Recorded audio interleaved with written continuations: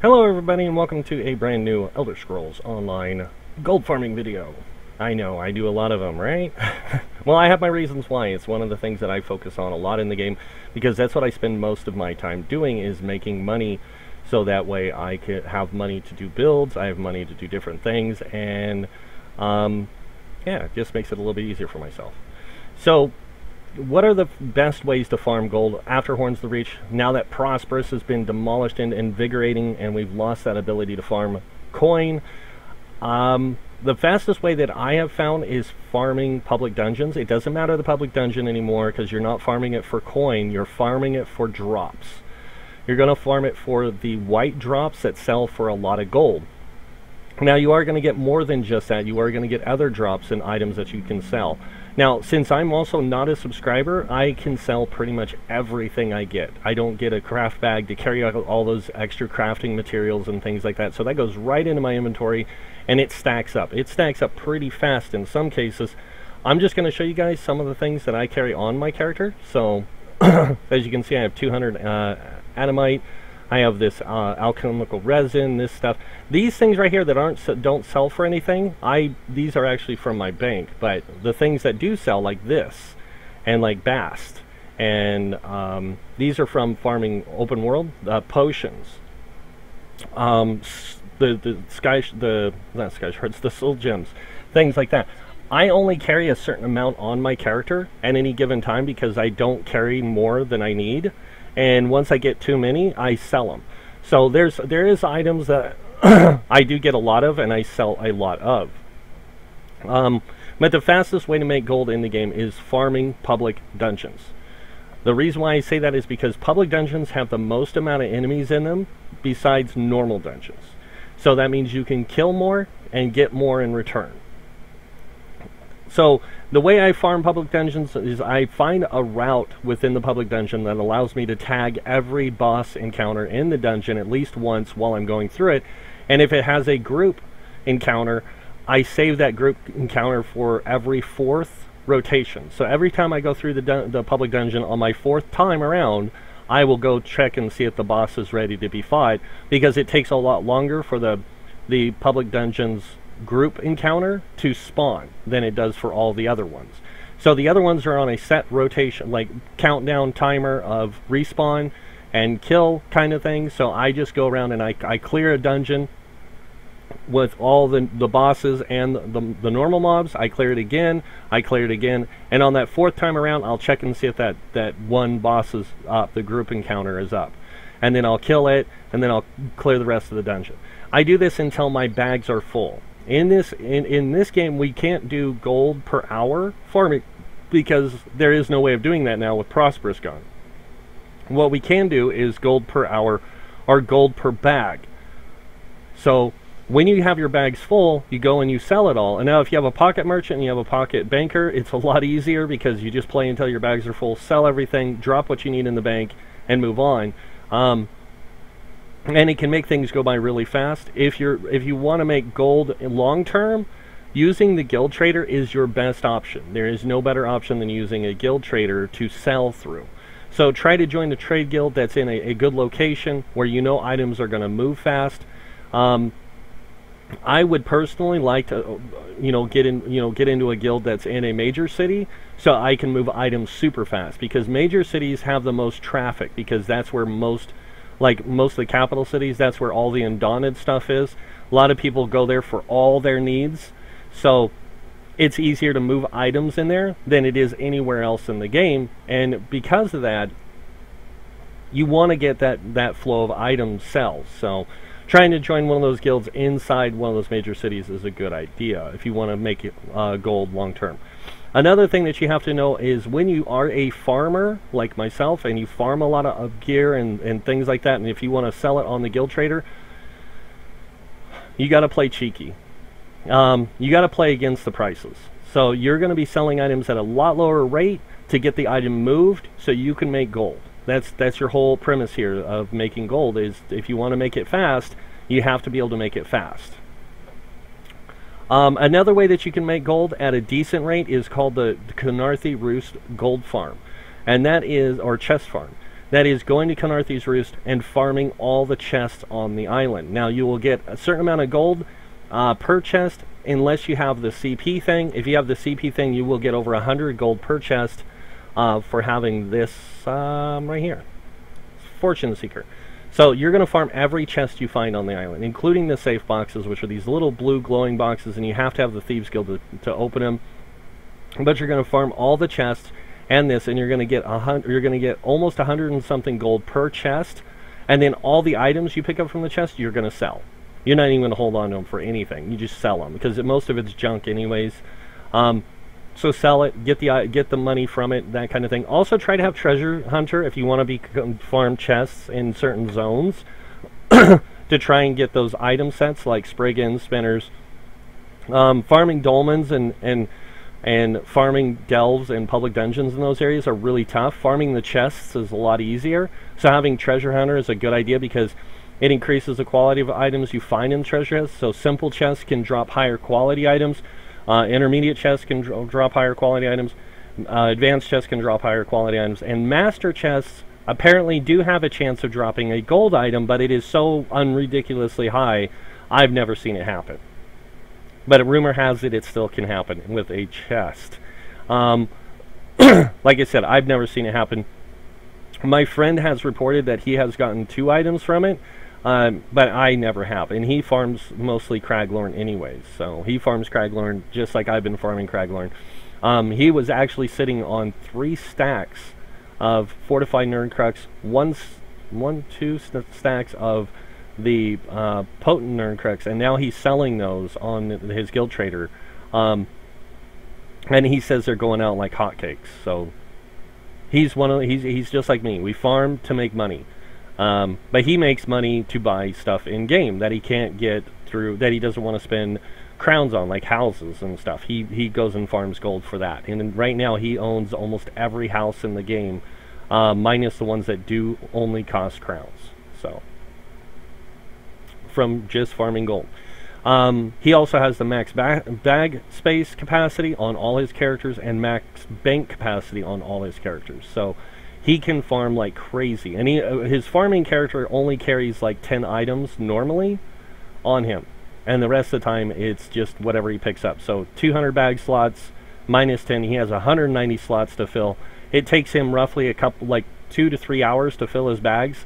He does have the pocket merchant and the pocket banker, so he can do it a lot better than I can. And we don't farm together because of the one reason: if you farm with somebody else in a public dungeon, the faster things die, the longer it takes to do a full run, because you're killing things so fast that they're not respawning in enough time, or they're respawning and you haven't given them time to fully respawn, so they actually drop a decent amount of stuff. So you want to have a good rotation. A single character going through a public dungeon is a lot better than having 2. When we do farm normal dungeons, though, we will run together because we can farm those normal dungeons all day long, and not have to worry because we're going to get the same rewards. We're going to get this, we're going to get that, because all you have to do is go out, reset the dungeon. Usually we bounce between 2 normal dungeons, the 2 of us do, and just walk it. So if you're going to farm normal dungeons, you can average each normal dungeon run about 2 to 3k gold on a normal dungeon run. It takes me and him 15 minutes roughly to run a normal dungeon together, because he plays a DPS solo build, I play a tank solo DPS build. So he's built for solo play, I'm built for tanking and solo play. So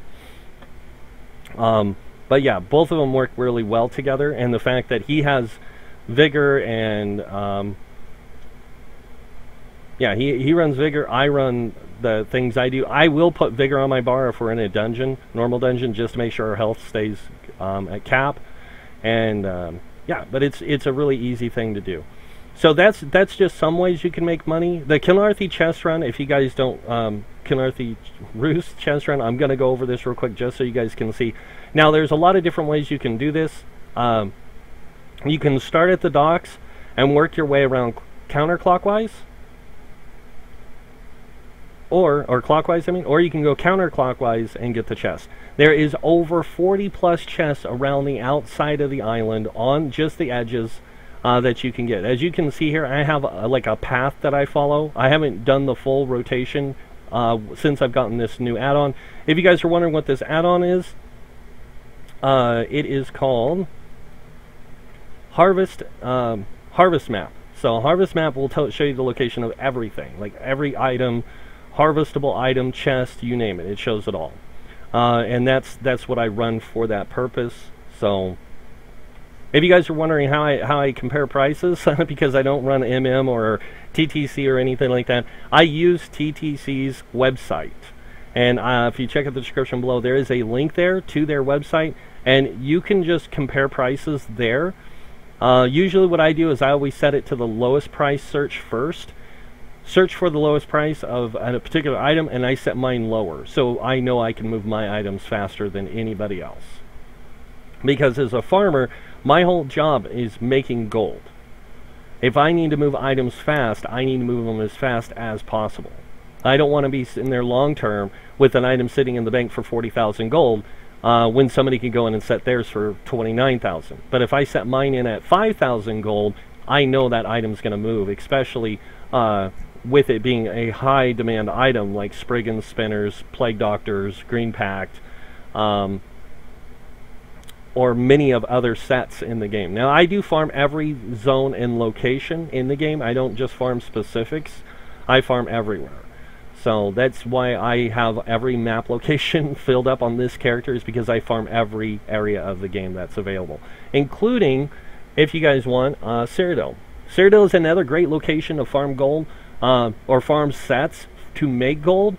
And you farm sets by doing the delves here and doing the dolmens, but you can also do these little cities right here, these little townships like this, and they have inside of them, they have these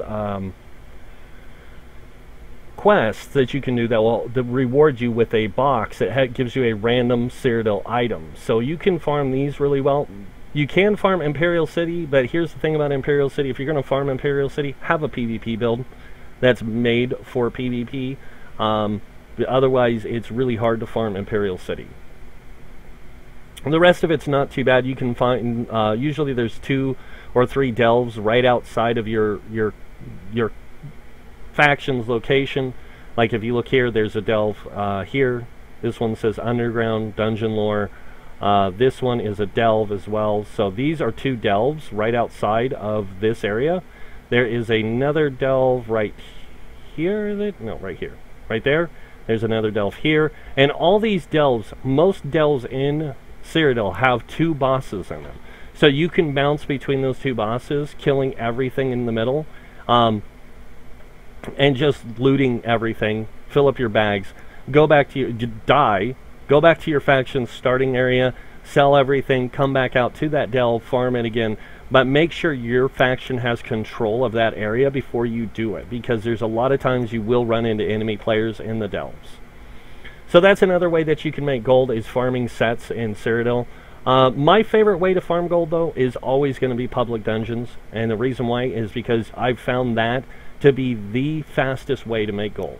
I can average on a full bag anywhere between 40 to 70k gold, depending on the amount of items I can carry and how many of them are white items that sell for a lot of gold.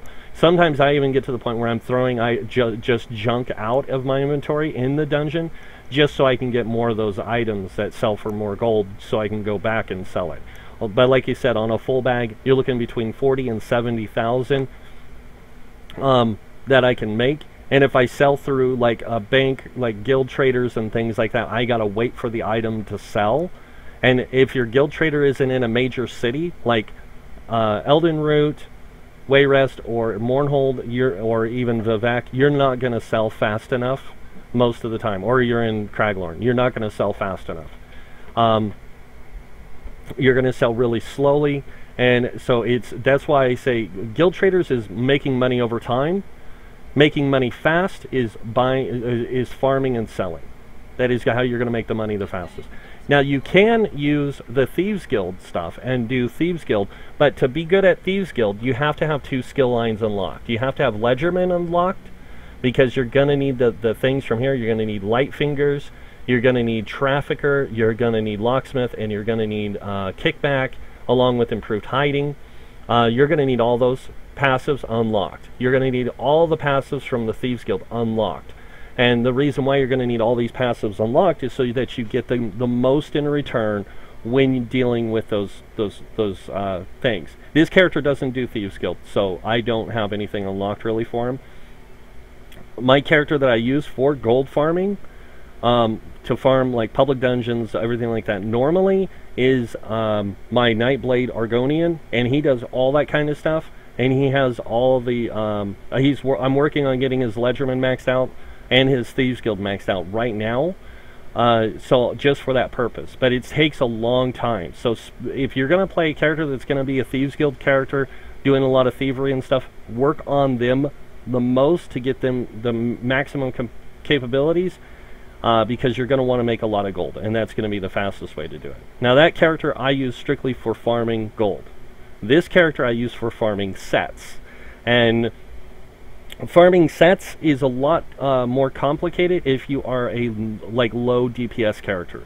If you're a low DPS character, farming sets is bad because of dolmens.